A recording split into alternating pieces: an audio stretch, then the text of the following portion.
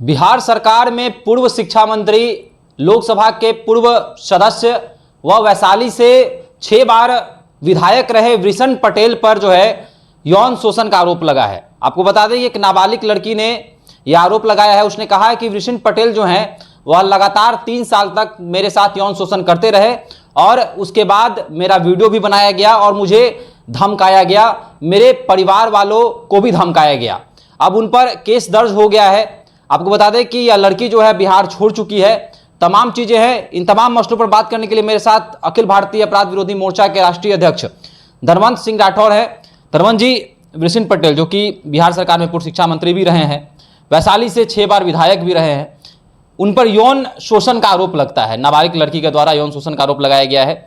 वृषण पटेल जो कहीं ना कहीं एक अच्छे वक्ता भी हैं, अपने भाषण में वह लगातार शायरो शायरी करते रहते हैं, अच्छी अच्छी बातें कहते रहते हैं। अपने मीडिया साथियों को भी सुना है हमने कि काफ़ी अच्छी अच्छी बातें निकालते रहते हैं। और वृषण पटेल जी द्वारा एक नाबालिग लड़की के साथ यौन शोषण, क्या कुछ कहता है? वृषण पटेल बिहार के मुख्यमंत्री नीतीश कुमार, पूर्व मुख्यमंत्री लालू प्रसाद यादव, दोनों के भरोसेमंद थे और एक साफ सुथरा छवि के रूप में इनकी राजनीति का एक लंबा समय गुजरा भी। जब ये बातें आई थी तो लगा कि कहीं ना कहीं इनको फंसाने के लिए कोई एक साजिश हो रहा है। लेकिन जब लड़की ने वीडियो सामने रखा जिसमें जिस लड़की की बात आप कर रहे हैं उसके साथ का भी वीडियो और लगभग दर्जन भर और वीडियो भी उसने रखा, जिसमें कहीं ना कहीं नाबालिग बालिग लड़कियों के साथ दुष्कर्म करते हुए इनको दिखाया गया है। ये घटना 2020 की है। मुजफ्फरपुर के कुढ़नी विधानसभा में किसी कार्यक्रम में वृषण पटेल के भाषण से प्रभावित होकर, क्योंकि उसमें इन्होंने महिलाओं के सम्मान की बात की, लोगों को रोजगार देने की बात की, नौकरी देने की बात की, अन्याय के खिलाफ की बात की, तो इन बातों से प्रभावित होकर कुढ़नी के गरीब किसान की 2 बेटियां इनके पास गए, मंच के पास, और कहा कि आपके भाषण से हम लोग बहुत प्रभावित हैं और आप समाज के लिए अच्छा कर सकते हैं, हम लोग भी पढ़ना चाहते हैं, नौकरी करना चाहते हैं। तो वृषण पटेल ने कहीं ना कहीं अपना नंबर दिया और कुछ समय बाद जब लड़की बात की तो फोन पर उन्होंने बुलाया भी, जिसकी चर्चा काफ़ी बार हो भी चुका है। और उस बुलाहट में इन्होंने 3 दिन उस लड़की को रोका, ये कह के कि तुम अपने घर में ये जानकारी दे दो कि हम किसी सहेली के पास हैं। और उस 3 दिन में भी उस लड़की के साथ इन्होंने दुष्कर्म किया। जो सच्चाई सामने आ रही है उसमें ये दिख रहा है कि लड़की को नौकरी का प्रलोभन देकर ये इन्होंने दुष्कर्म किया। और ये घटना निरंतर लगभग 2-2.5 साल उस लड़की के साथ इनका चलता रहा। उसी क्रम में एक बार लड़की इनके मोबाइल से कहीं ना कहीं देखने में ये देखा कि वीडियो काफ़ी है, जिसमें मेरा भी वीडियो अश्लील वीडियो है, तो सारे वीडियो को उसने अपने मोबाइल में ट्रांसफ़र कर लिया और उसने महसूस किया कि कहीं ना कहीं मेरे साथ दुष्कर्म ही नहीं हुआ है, बल्कि हमारे पास नौकरी के नाम पर, विधायक बनाने के सपना दिखाने के नाम पर झांसा देकर वृषण पटेल ने सिर्फ दुष्कर्म किया है। तो यहां 2 बातें हम रखना चाहेंगे।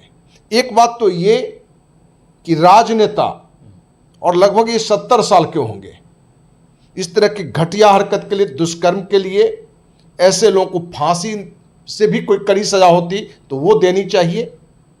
वहीं पूरे देशवासियों के लिए और विशेषकर लड़कियों के लिए मेरा एक मैसेज है कि इस घटना में भी प्रलोभन वाली बात है। आप नाबालिग कुछ लड़की बता रहे हैं, लेकिन 18 साल की लड़की बालिग बताया गया है। अब वो 21 साल की होगी, डर से बिहार से बाहर भी है। तो देशवासी और सभी लड़कियों के लिए एक मैसेज हमारा है कि 90% से अधिक पुरुष, वो समाज सेवी हों, राजनेता हों, संत महात्मा हों या कोई भी हों या किसी भी उम्र के हों, उनको ये पता हो कि हम जो दुष्कर्म करेंगे, रेप करेंगे, कोई गंदी हरकत करेंगे, उसको कोई नहीं जानेगा, किसी तरह के कानूनी लफड़े में हम नहीं फंसेंगे, तो ये दुष्कर्म कर सकता है। ये बात समझना होगा, इस सच्चाई से वाकिफ होना पड़ेगा कि ये 90% से अधिक पुरुषों में ये कमियां हैं। यदि इस तरह के उसको मौके मिलेंगे तो वो दुष्कर्म कर सकता है। तो लड़कियों को भी चाहिए कि इस तरह के प्रलोभन में हम ना फंसें, और कब कहां जाना है, क्योंकि धर्म ग्रंथ में भी कहा गया है कि जवान लड़की को अपने पिता और सगा भाई के साथ भी अकेले लंबा समय नहीं होना चाहिए। तो जो सच्चाई है, एक उदाहरण से भी हम उनको बताना चाहेंगे कि आप किसी भी जैविक उद्यान में या कहीं भी कोई बाघ शेर कोई रह रहा है, उस घेरे के अंदर आप जाते हैं और बाघ शेर आपकी हत्या कर देता है, तो दोष बाघ शेर का नहीं है, जो अंदर इन किया है घेरा को उस पर है। तो हम कहीं वृषिण पटेल का बचाव नहीं कर रहे हैं, हम तो दुष्कर्मी और माने फांसी से भी कड़ी सजा की मांग कर रहे हैं कि दूसरा कोई नेता या कोई भी व्यक्ति दुस्साहस नहीं करे। अब इस तरह की दुस्साहस की दुष्कर्म कर रहा है, उसकी वीडियो भी बना रहा है और उसको भी रखे हुए है, क्योंकि उस वीडियो के नाम पर, क्योंकि जो बातें आई है कि लड़की अगली बार नहीं जा रही थी, लेकिन अपने लोग को उसके घर भेज के वीडियो दिखा के धमका के ये लंबे समय तक दुष्कर्म करते रहे। तो अखिल भारतीय अपराधी मोर्चा, तो हम सभी देश की बेटियों को हम कहते हैं, आपके साथ कभी भी कोई बात हो, अखिल भारतीय अपराध विरोधी मोर्चा आपके साथ है। आप हमारा मोबाइल नंबर भी नोट कर सकते हो, पता भी नोट कर सकते हो। धनवंत सिंह राठौर, राष्ट्रीय अध्यक्ष, अखिल Bharatiya Apradh Virodhi Morcha, near Lohia park, MIG 76, mobile number 9835043339। जिनके साथ कोई समस्या और पहली बार ही जो समस्या आवे उसी समय आप फोन करें, क्योंकि 2.5 साल समय हो गया, तो कहीं ना कहीं ये लड़की भी नौकरी के लोभ में, विधायक मंत्री बनने के लोभ में, ये भी कहीं ना कहीं उसको स्वीकारते रहा, तो लड़की भी दोषी है। समाज में क्या हो गया कि 2.5 साल, 10 साल, 20 साल किसी का शोषण हो रहा है, और 20 साल बाद भी आता है, तो सिर्फ शोषणकर्ता का आरोप लोग मानते हैं। लेकिन मेरी नज़र में दोषी लड़कियां भी होती हैं इस तरह की, क्या नौकरी के नाम पर, विधायक बनने के नाम पर, या आपको उस समय डर लगा और आज क्यों डर नहीं लग रहा है? तो आपको डर लग रहा है तो भाई डरने की क्या बात है? आपके लिए पुलिस संस्था है, सिस्टम है, सामाजिक संस्था है, आप आगे तो आओ। क्योंकि अखिल भारतीय अपराध विरोधी मोर्चा के द्वारा एक नहीं 1000 से अधिक बहन बेटी की इज्जत बचाई गई है। वो हर समाज और धर्म की बेटी रही है। पिछले 30 साल में इस संस्था के तले, अखिल भारतीय अपराध विरोधी मोर्चा के बैनर तले, हजारों बहन बेटी की इज्जत बचाई गई है, और निर्भीक भाव से हमने इस लड़ाई को लड़ा है। तो इस पूरी घटना में जहां वृषिण पटेल अपने पद का दुरुपयोग किया है, अपने फेस वैल्यू का दुरुपयोग करा है, पहचान का किया है, और आपको बताएं कि वृषिण पटेल ही नहीं, राजनीति से जुड़े हुए 50% लोगों का इस तरह के कार्य होते हैं, उनसे बचने की आवश्यकता है।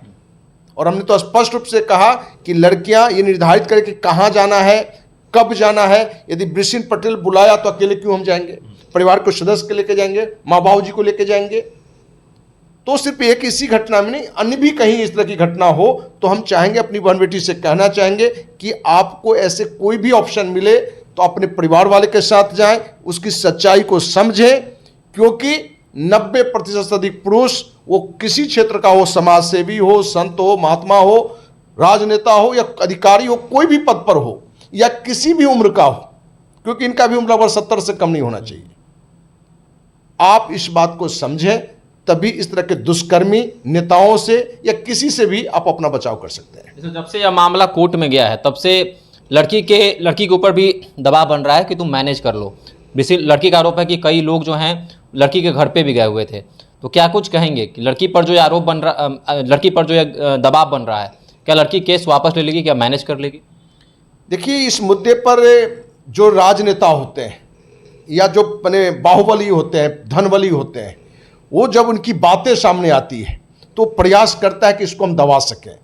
लेकिन हम यहाँ कहना चाहेंगे कि लड़की को पूरी साहस से तुम्हारे रहो, तुम्हारी भी कुछ गलतियां हैं मेरी नज़र में। भले बड़े समाज से राजनेता कहेंगे सिर्फ नेता 100% दोषी है, क्योंकि तुम भी कुछ ना कुछ चीज़ों को लांघा है, अकेले तुम्हें जाना नहीं चाहिए।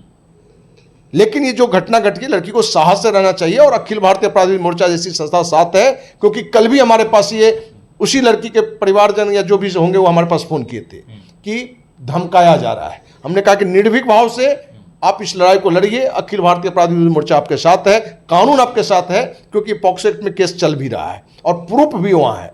तो उम्मीद करिए कि देर से ही सही दुष्कर्मी, पूर्व मंत्री, पूर्व सांसद, पूर्व विधायक को जरूर सजा मिलेगा, क्योंकि लंबे समय तक ये राजनेता रहे, 6 बार तो विधायक भी रहे हैं। और इस तरह के लोग पर जब कड़ी सजा होगी तो इस तरह के जो भी गलत सोच वाले लोग हैं, गंदे लोग हैं, उनके अंदर एक भय जाएगा। और हम चाहेंगे इस घटना में वृषिण पटेल को फांसी की सजा कम से कम मिले। चलिए, तो लड़की को अब धमकाया भी जा रहा है, उसके परिवार वालों को भी कहा जा रहा है, दबाव बनाया जा रहा है कि मैनेज कर लीजिए, केस को वापस ले लीजिए। वृषिण पटेल के कुछ आदमी जो है उनके घर पे भी गए हुए थे, कुर्नी में भी गए हुए थे। तो कहने की देखने वाली बात होगी कि लड़की क्या मैनेज करती है या फिर वृषिण पटेल को सजा दिलवा पाती है। आपको क्या लगता है? आप भी हमारे साथ साझा कर सकते हैं। धन्यवाद।